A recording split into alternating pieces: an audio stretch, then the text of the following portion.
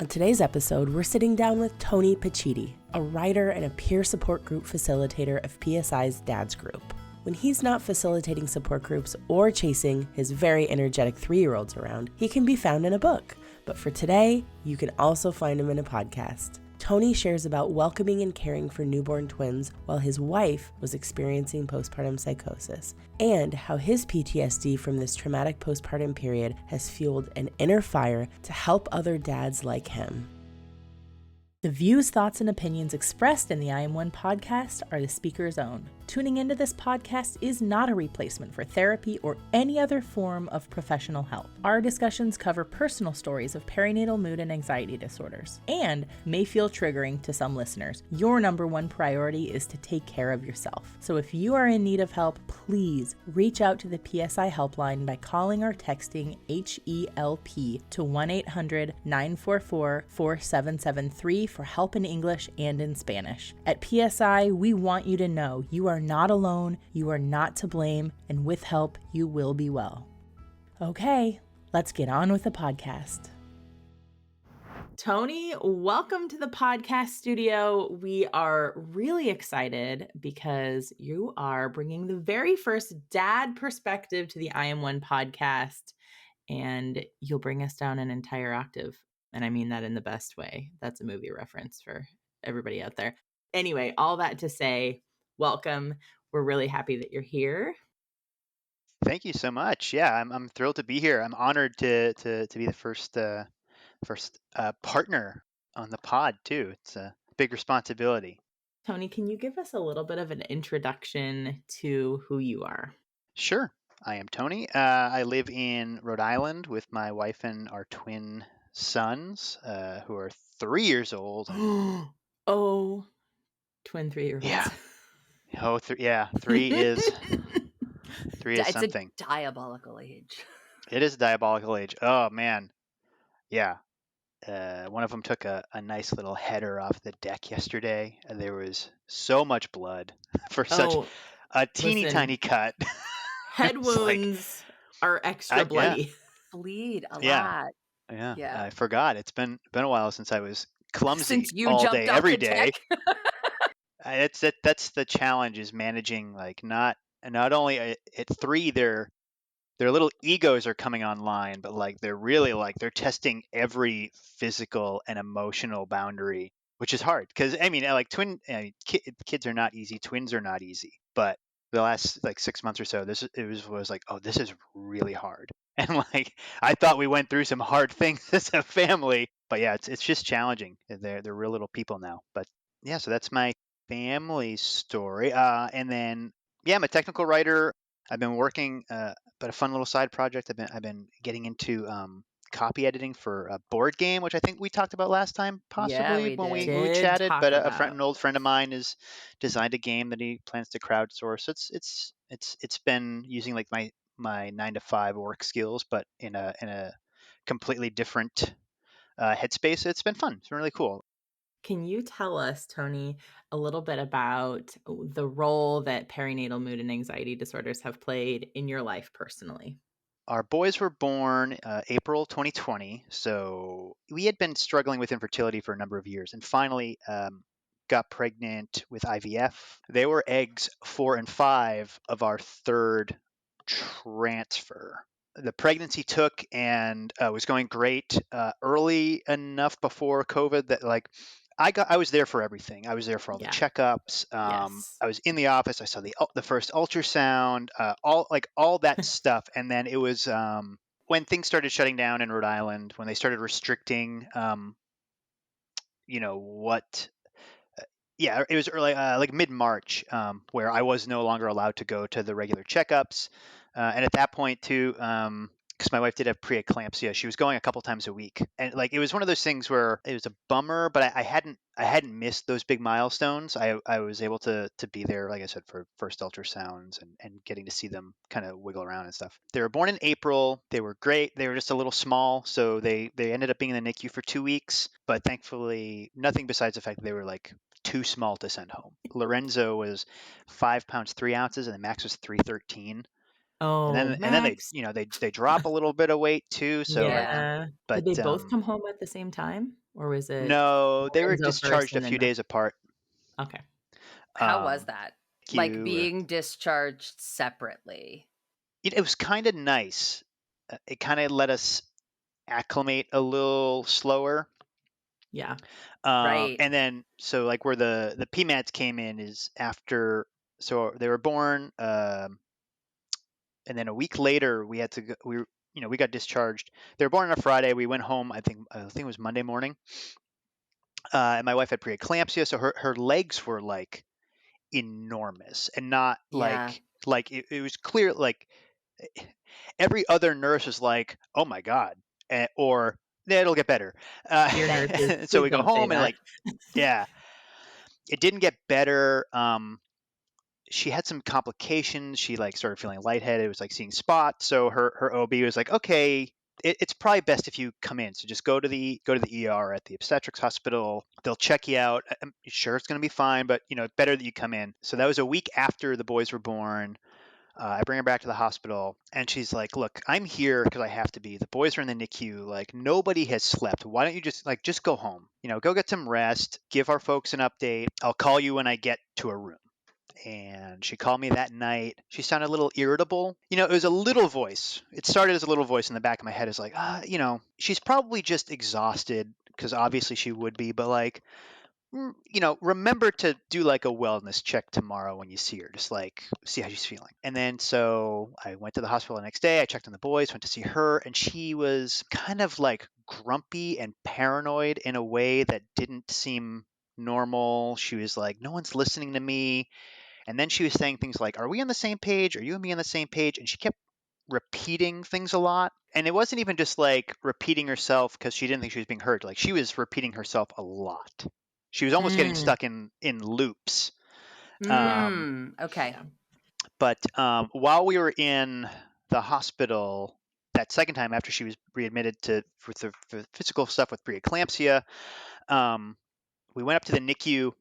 I don't remember if it was that night or yeah, it was that night. It must have been that night. So the day after I brought her back to the hospital, and she'd spent it, like I said, it'd been a week, and she'd spent maybe like 4 hours with the boys, 4 or 5 hours total, because she like physically like it was so hard for her to like move out of her bed in the Yeah. hospital, and then once we got home, like getting her in and out of the car was just such a procedure, and like she just physically couldn't do it. So she was so excited. We went up.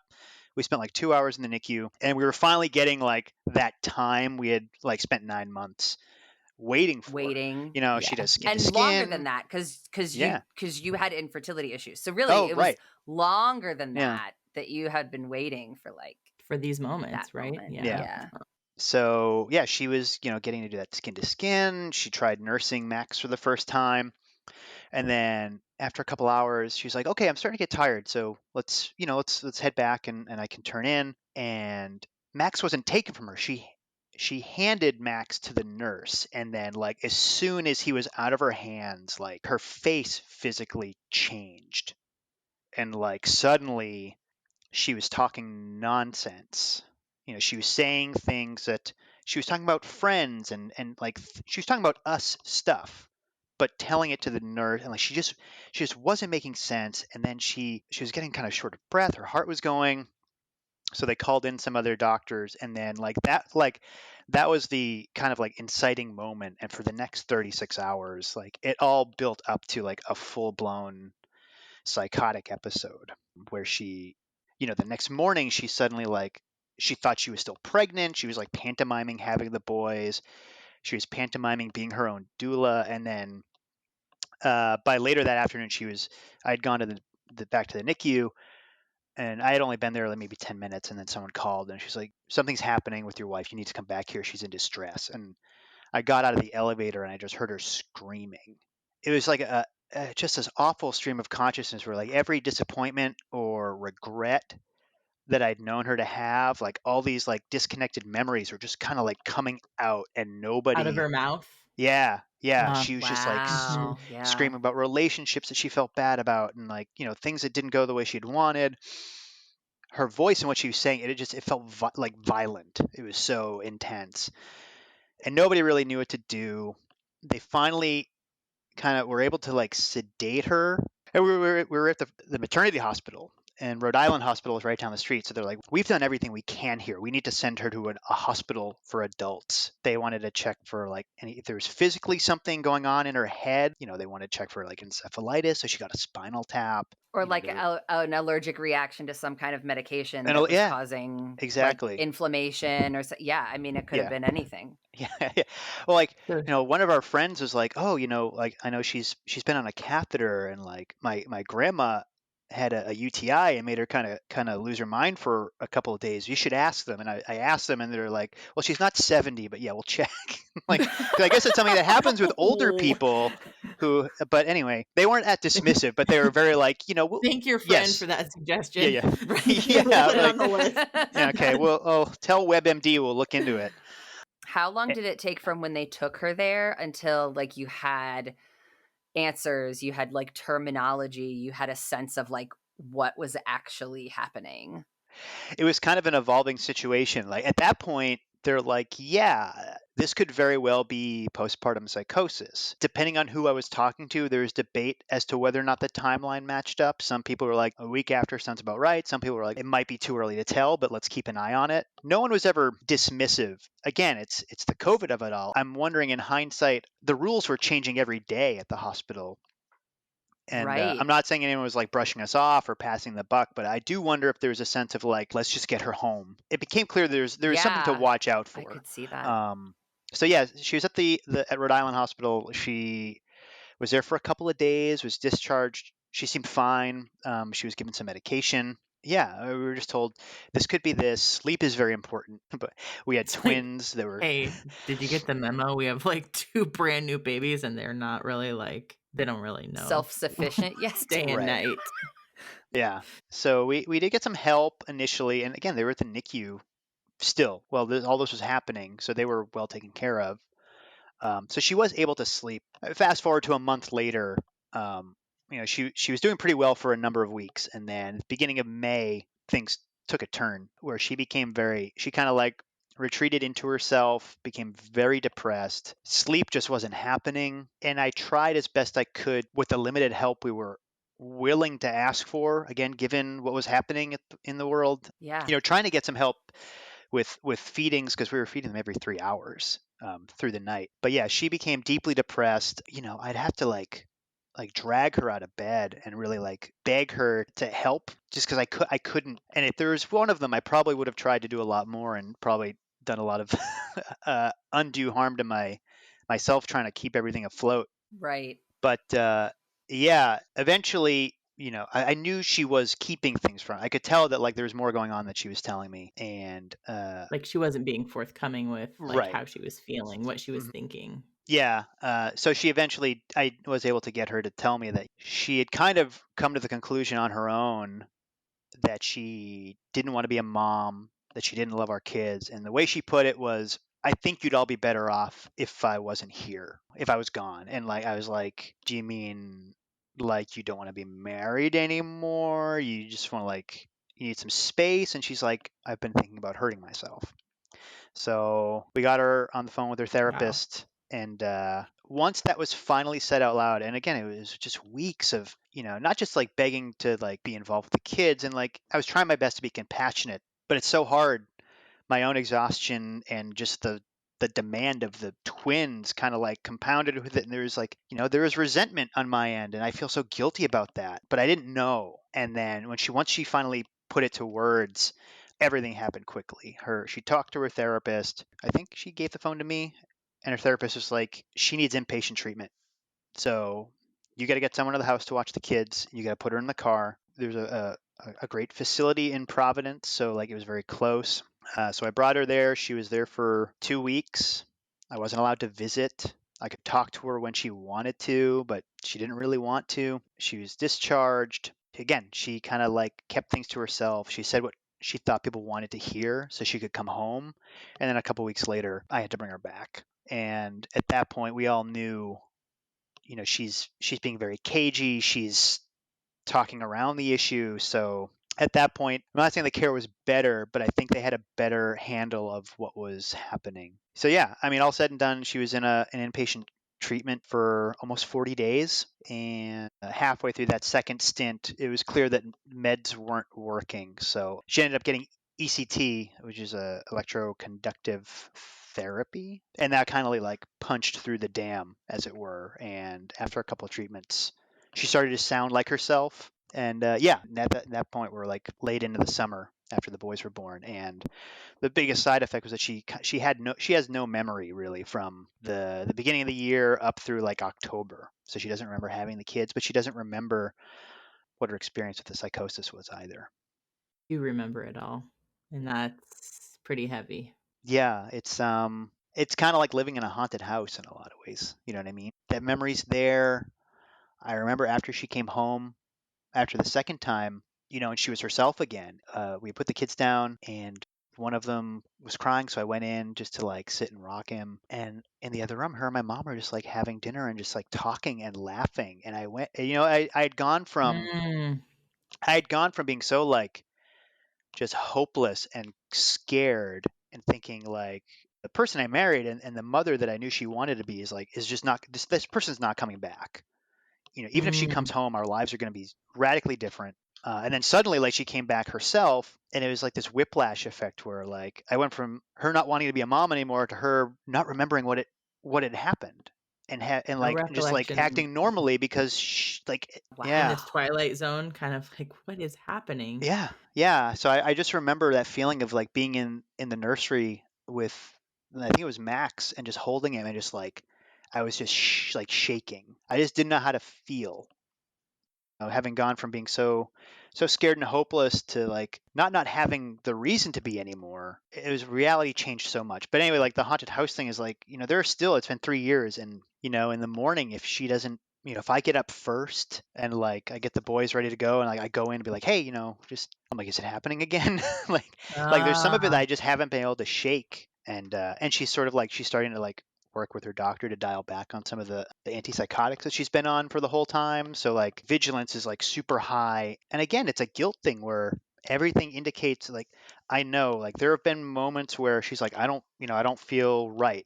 I'm gonna call my therapist. She had tried to dial back on her meds like a year and a half ago, and she's like, no, this is too soon. I'm gonna call our doctor. We're gonna bump it back up. So that communication is back. She's not holding things back anymore. But it feels like I don't trust her. And finally, my therapist was like, "Yeah, you have PTSD about this." Like, um, Yeah. I was just gonna ask you about how it has Yeah. gone processing this from on your side. I mean, Yeah. not just the part where you're holding things together while your wife is getting the help that she deserves, but you have needed, and we all need support, right? And yeah, so it sounds like Yeah. you regularly see a therapist. yeah. Having 3-year-olds kind of put me back there. I was like, Yeah. I was Thanks, being guys. like, yeah, exactly. Just, I know what kind of dad I want to be, and I wasn't Yeah. being that. But yeah, I mean, it's the same therapist I had all through that period when Sandra was in the hospital, and after that. It is hard. I asked her the other day, "Do you feel defined by what you went through?" And she's like, "No, not at all." And she asked if I was, and I was like, "Yeah, I'm still like scared every day." um, Mm, it's an odd thing. I think I'm able to see, as weird as it sounds, like the silver linings that came from it. I know that I'm a more engaged and hands-on father than even I had intended to be.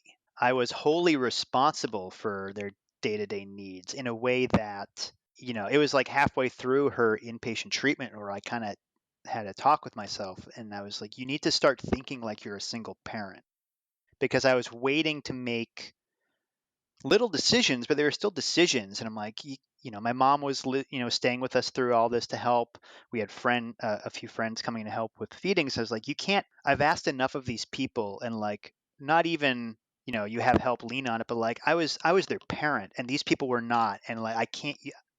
Decisions have to be made, and it was just such a bizarre headspace to be in, to have her, because she was still around. She was a presence in our life, even if she was absent. But like, I didn't know how to reconcile that with what needed to, in terms of like just managing two very needy but healthy infants, it was tricky. But like my dad came down to visit once, and he's like, I don't know how you do it, man. And I was like, Well, like I what have to choice? do it. I I don't yeah, sit around going, gosh, I wonder if there's something I'd rather be doing right now, because right. you literally don't have time for that, right? I mean, it's like feed, change diapers, try to sleep, repeat, got to eat somewhere in there.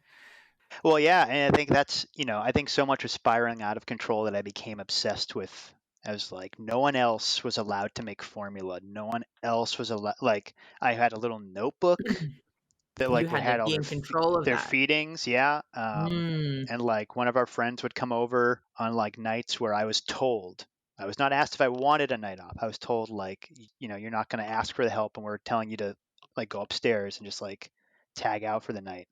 And right. once I was out of earshot, Like, my friend would ask my mom like, has he he just been stared to at bed? has he just stared at the book all day? Because Uh-huh. I would just like beautiful mind, just looking at like, formula ounceages and who pooped when and who slept for how long, and like just trying to like control it. It's tough, you know. How was that, like, going from being in control of everything to like to now just being 50%? So like I said earlier, she forgot. She had no memory of everything. So she continued to get ECT. Until what point? Until the point that she came home? She forgot Or everything. So like she came home in like end of July. She doesn't remember from the boys being born at the beginning of April, and memories don't start for her really until October of that year. oh, So even okay. after she was So discharged, she she was continued home to for get a while. regular Mm, treatments. And when okay. I would pick her up, I would kind of have to like give her a crash course every time. At the beginning, when the treatment started, it was like she was like, "What are their names again?" And then like that level, and then going Wow. forward, it was more like, "Okay, this is where we're at.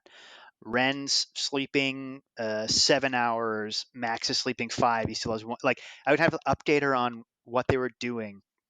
So when she came home, the easiest thing was really for her just to kind of like be reminded, and for me to sort of guide her, because in my obsession with control, like my sole purpose was they both have to be sleeping through most of, if not all, night by the time she comes home. Like if I can do nothing Uh, else so that she can just sleep. And I got us there. I got them there. So then it was just kind of like reminding her and coaching her through. But once her memories started to stick again, and then as they were developing, I was very conscious of the fact that I'm calling the shots. And then the plan was never for any one of us to be like, I'm in charge of the kids and I do all the kid stuff. And like, because I didn't want to be that dad who just like helps when I'm asked to. And I sort of felt like suddenly like I'm thanks for making all the rules. babysitting. Yeah, exactly. I did not want to be a dad who Isn't called that wild? to, I oh, it's Yeah. so, yeah, I just got under, especially like dealing with infertility. We had a friend who was like, "Yeah, I got to babysit the kids this weekend," and we were like, "We don't want to hang out with this couple anymore." Like, appreciate what you Relatable. have. Yeah. So yeah, so it was when she came home. It was a lot of me. It was a lot of hand holding on my part, just because she needed me to, because she couldn't remember the routines. And then, like I said, once things started to stick in like October, it wasn't much longer before we started like putting our toe in with like baby food and started like experimenting with solids. So like that was really the first milestone where they started taking real food. Where I stepped back and I was like, okay. And we had a conversation about it. I said, I've done all the stuff up to this point. Now we're adding these new things in, and I want this to be more of a collaboration than it has been, just because that's the type of parenting we had always wanted. That was always the plan. So going forward from there, as we hit new milestones, again, it sounds so controlling to say I let her, but like I stepped back purposely so that she could have the input and the agency over being a mother that like up until that point she either couldn't have had or wasn't able to for whatever reason. So yeah, it took a little while, but we got back to what we'd always hoped to be, that partnership approach to parenting, but it took some time. Took some time. Yeah. When did it feel like, okay, I think we're doing this? Like it feels like what we wanted. It was probably around the time they were one.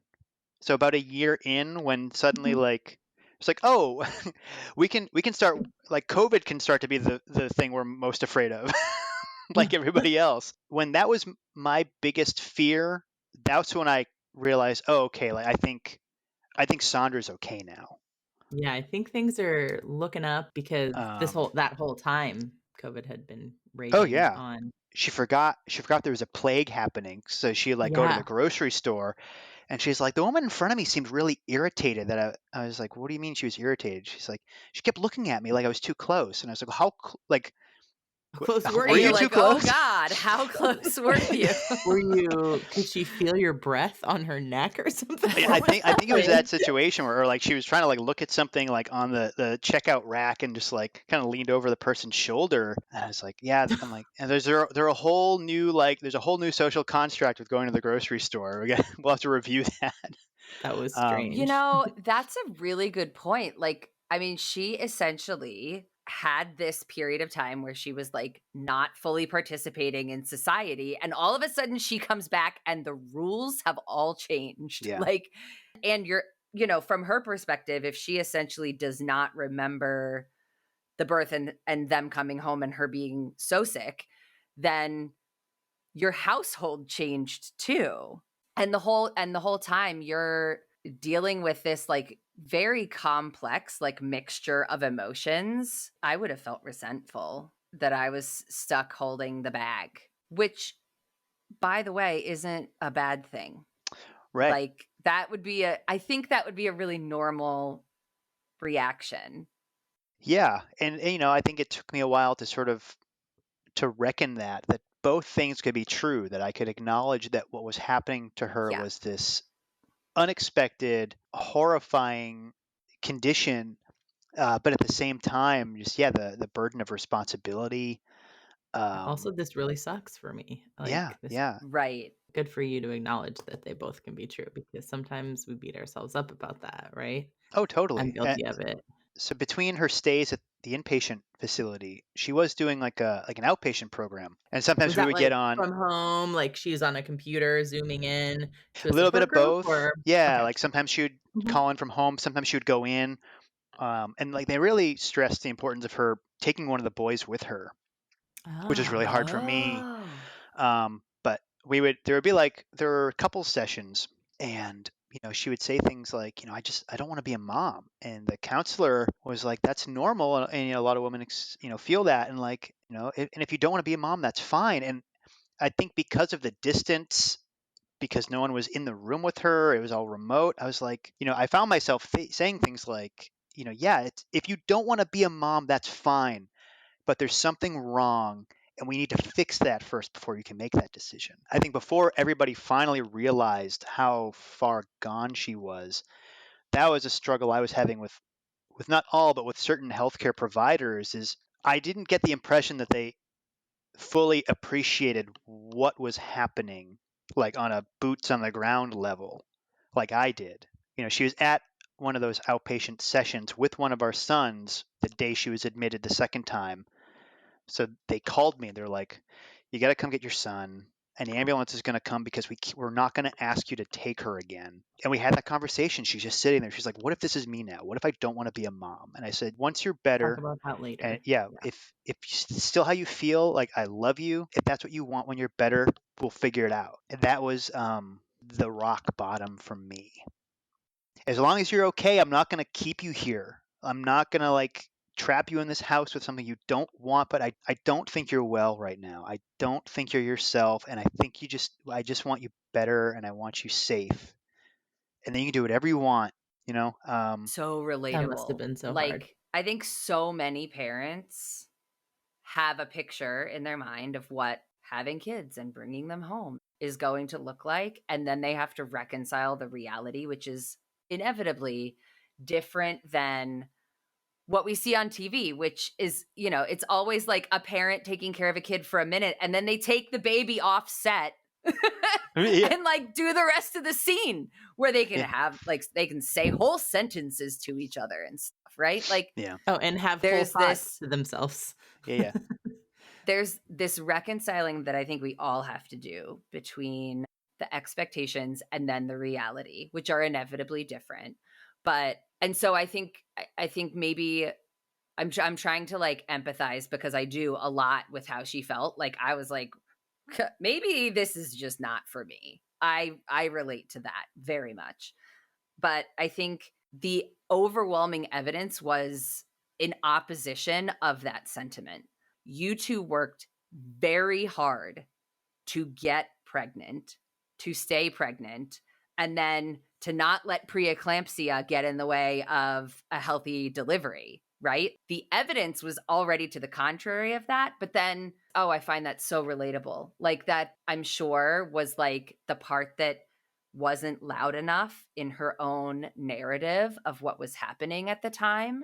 And you're there being able to be objective, at least to a certain point. I mean, you had a lot going on that made you maybe a little less objective, right? Like, For sure. Well, but like you're looking at the whole situation and you're like, I remember all of the effort and all of the heartbreak that process had. And that's what it took to get us here. And I know that how you feel is not your core you, but then you had to say to her, if it is, basically, I'll let you go. Yeah. It's funny. Yeah, you mentioned our expectations from TV, because that was dang the baby day that I Dorian. realized, like I said, like after that first initial episode, we had a few good weeks. And our routine was we would wake up, we'd feed the boys, and we were just like binging Parks and Rec every morning. Excellent. So Good call. we get to the episode where Leslie and Ben find out that they're having triplets, and Ben, being like an accounting nerd, like runs the numbers on what it'll cost to have triplets. And we're feeding our babies, and I look over to be like, I'm like, huh, it's gonna be us. And like, she's just got that like Jack Nicholson in The Shining 1,000-yard stare, Oh. and I was like, it's not gonna be that. I thought she was just like, I mean, she was reacting to what she was seeing, but I was like, this seems like an overreaction. That was the first bad day that led her to, eventually being in the inpatient treatment. And don't know that I could go back to Parks and Rec. I think it's forever been sullied. But certainly did not expect the residents of Pawnee, Indiana, to be the first domino. Supposed to be the mood lifter, right? Yeah. It was just such a surreal moment. So throughout this entire process, did you know about PSI? Did you attend a dad's group? How did you become connected with PSI? Yeah, so I did not attend a dad's group. The options were pretty limited still Yeah. at that point. They certainly had one. They may have had two, but they also had the call-in number. Oh, Emily, do you know what I'm talking about? There was a dad chat. Yeah, and they still do that. And I only called in Nice. once, and like it starts, the facilitator sort of tease everything up and then asks everybody to introduce themselves, and the introductions just went on and on and on. And then he's like, what? He's like, this is the most dads we've ever had call into a single call. And so like 4 dudes got to talk, and I mean, it was nice to listen, but I was sort of like telling myself, again, it was like the control thing. I'm like, you don't have time. You got to make sure the boys are taken care of. You got to make sure you're staying on top of Sandra and her care, because I couldn't see her. But the Facebook group was really where I kind of first started to find a bit of an outlet. The first iteration of the PSI Facebook group for dads. So that was easier to kind of just like do after like putting the boys down and just like melting into the couch and not wanting to like physically speak to anybody. I could just kind of like bang it out with my thumbs, and it was very supportive. It was a small group, but yeah, that's sort of where I got started. Tony, you found the PSI Dads Facebook group because that worked better for you than phoning into a support group. It sounds like, I mean, you really had to be thinking like, what's the best use of my time? Like, I need some extra support, but literally I've got this teeny tiny little unpredictable window. So you found the Facebook group, and what are you doing now to support dads with PSI? After I found the Facebook group, the guy who had been running it was stepping down, and the page was going to close. It wasn't getting a lot of use. I don't know quite how to fix that, but that was when I reached out to PSI and I said, if this Facebook group is going to go away, or if you need someone else to run it, like, I'll be the guy to run it. I think it's too important. I think even if it's not getting a lot of like regular interactions, like I just think it needs to be there. Yeah. And then I also started the conversation about becoming a peer group facilitator as well, knowing that, like, when I was looking for that help, there weren't a lot of options, and they were like, yes, like we know I that we bet. need more of this, which is great. And now I'm one of 4 facilitators, so every Friday there's a dad's group, which is great. So I've been doing that, I think, almost a year now. Yeah, it's almost been a year that I've been running the second Friday dad's group. Happy early 1-year anniversary. Oh, thank you Yeah. so much. Yeah. And how has that been? It's really hard, I think, but it's very rewarding too. I think every other month I kind of like have this conversation with Sandra before. I'm like, it takes a toll emotionally, and I don't know if I can keep doing it. And then like that night I'll have like just hearing these guys. It's so hard. I think especially because most of them are around my age, and I think we're still trying to shake off some bad habits and some bad social cues about how a guy is supposed to act. And to just be there for a couple hours once a month and hear these dudes who are like, I didn't grow up talking about my feelings. I don't know what that looks like, but I'm struggling and it sucks and I need help and I want to be better for myself and my partner and my kids. Guys who've never met each other, and some who have, because it's so great to see folks coming in like repeat visitors, but just for them to treat each other with such empathy and kindness and to just be open to bearing themselves for strangers, it's just it feels like we're doing the right thing, not just for ourselves and our families now, but like, especially our sons won't have this baggage, and I love my dad. My dad's a great guy, but he was not plugged in. He was not good about his feelings. And so every time I'm like, oh, I think it's too emotionally tolling for me. Like these guys just like fill me back up, and I'm learning stuff about my own situation just by listening to them. There was one month where like one dude showed up, but it was a guy who came every month, and the previous month had been a really hard conversation because of a story someone brought to us. I was like, you're here, like I'll give you 15 minutes. I'm not going to make you sit around for the whole hour and a half because it's just the two of us. And we talked for the whole time. He's like, last month was hard. Can we talk about it, please? And like, you make these fleeting connections, but I'm just so glad that I'm able to help, the organization provide as much of an outlet for them as we can. So, I'm happy to be one of the 4 guys running the weekly calls now, because it's just so now they're every Friday? Yeah, every Friday. Yeah, we've got a dad for Great. Except for the weird months that have 5 Fridays. Then it's only 4. During Yes. those I got a months, dad it's for still you. only 4. He really likes to talk about his feelings. I say that seriously. My husband is actually way more in touch with his feelings than I am. Yeah. This is wild that Emily's on a podcast talking about feelings. So Yeah. I mean, like, and Sandra too, she's been very like supportive, and she's like, you remember things I don't, and this is scary and too important to not talk about it constantly. So, yes. Yeah. Like I wrote an article that was published in a local magazine about her experience, maybe earlier than I should have been writing about it, but random people in Rhode Island reaching out on social media who are like, yeah, like I saw that, and like, thank you. And Wow. moms who had gone through something similar, or like or just folks whose family or who like knew a friend who did, and like nobody talks about it because it's scary. It's embarrassing. I don't know. Like, I don't know why. Like, postpartum psychosis got like a sentence in the baby books I read, and that sentence was just call 911. Basically, it's like, I need more than that. I think instead of talking around it, we need to talk through it. Yes. Yeah. Yes. Like being able to say that I felt 3 conflicting, totally incongruent emotions at the same time, and they were all valid. I feel like I want to give you homework and ask you to write a book. Like, I want you are you to, a writer. Or like write it as a journal entry. Like, I've seen a lot of moms do that as part of their process, like to write the whole thing start to finish, just because there are so many like parts that remind you back of something that happened earlier in the linear story. It's just proof that time is not linear, and that the 10th Doctor was right. Is writing therapeutic? You are a writer. Is writing therapeutic for you, for your mental health maintenance? Is it? Do you write?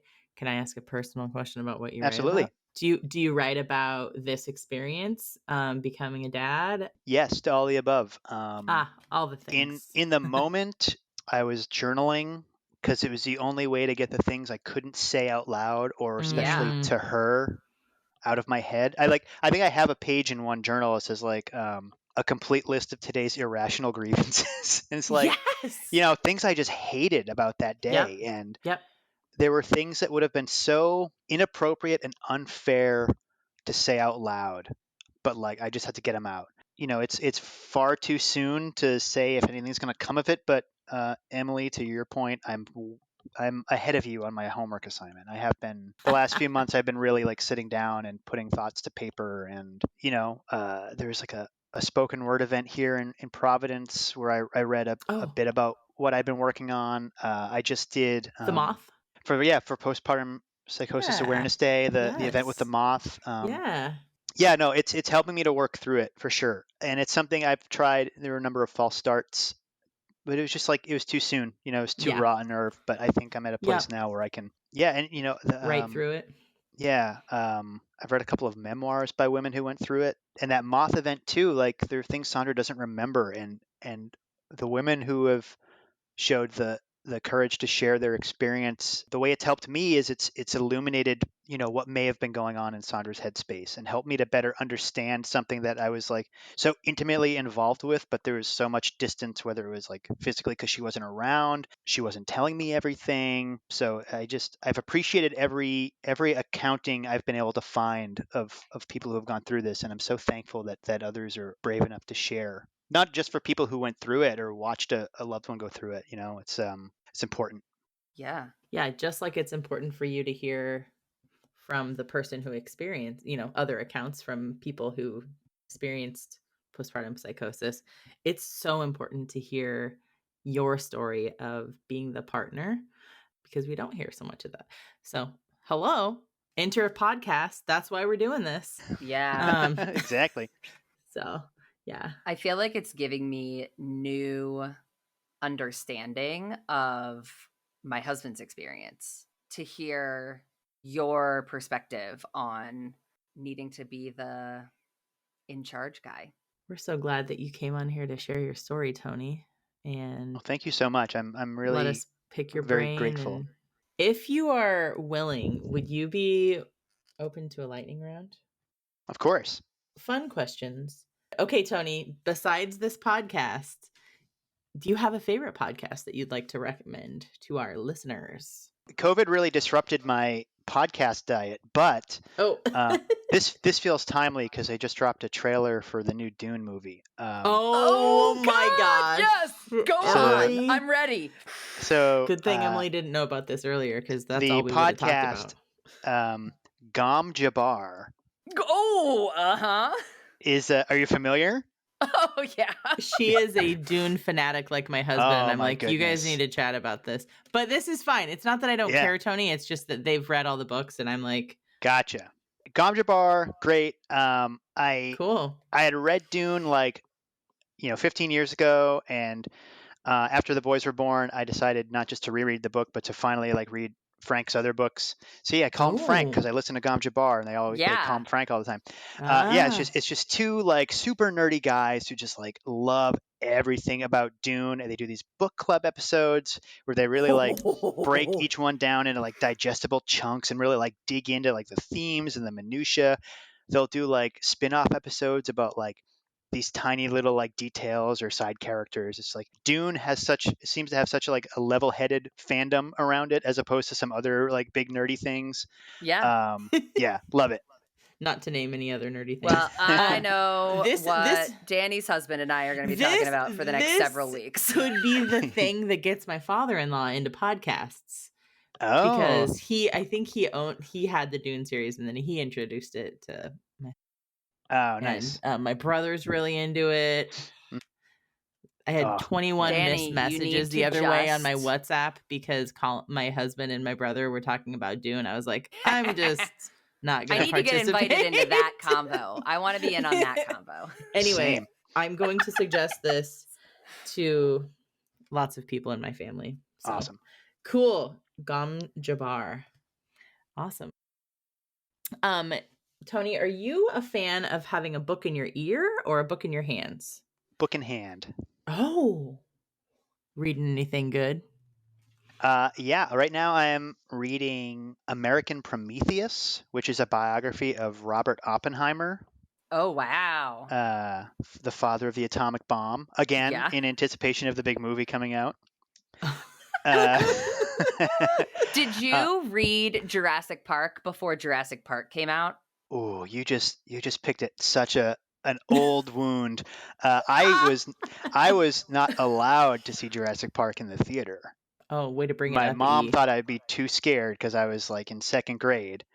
Tony, But I did there read. was I did read the lamb book. leg or a goat leg that hit the top of that Jeep. That was traumatizing. That was the like when we finally scary. rented it, when that leg hit the moon roof, she's like, Yes. "See?" I told you. And you're like, I'm fine. But I did so I did read the book. I read the book in fourth grade, which is definitely too early because Okay. I had to read the book in order to be allowed to see the movie in theaters. Really? And I think my parents were trying to call my bluff. Like they thought that I wouldn't do it. And I was like, challenge accepted.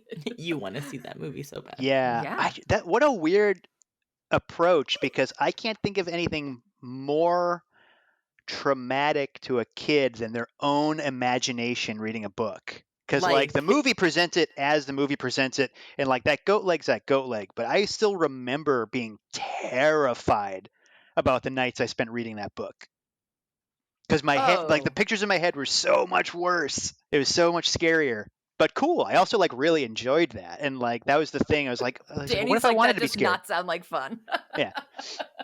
Sorry to make you relive that, but thank you. Oh for no. indulging us. It's fun. It's fun to it's the thing my mother always says, like, you're in therapy because I wouldn't let you see Jurassic Park when you were 8, and I was like, you're 100% correct. See, we got to the bottom of that. There you go. What's your go-to for a quick mental break? Well, now that it's nice, I got a new bike. I've had a bike for the first time in a few years. So, and now that the boys are at an age where they're easier to manage with one adult, it's been nice just to like go out for an hour, ride a bike. My answer will change in about a week when the new Zelda comes out, though. So that'll probably be why. Oh, yeah. Snap, Tony. Similar to Dune, everybody else in my family's really into Zelda. Counting down. Yeah, yes, there has been discussion Dude, my in my cat's house. named Link. Okay. Oh yeah. There's been discussion about who's going to chip in to pay for the game because we have. Yeah, my son was like Link for Halloween. Awesome. Yeah, I mean it's a hit. Tony, what is your best parenting hack if you have one? This is probably specific to twin/multiple parenting, but like Bring it. Lots of people have twins. This is good. 2 people in our office have twins. Yeah. Oh wow. Out of 4 of us. Wow. We're batting 50%. We're batting 500. That's pretty good.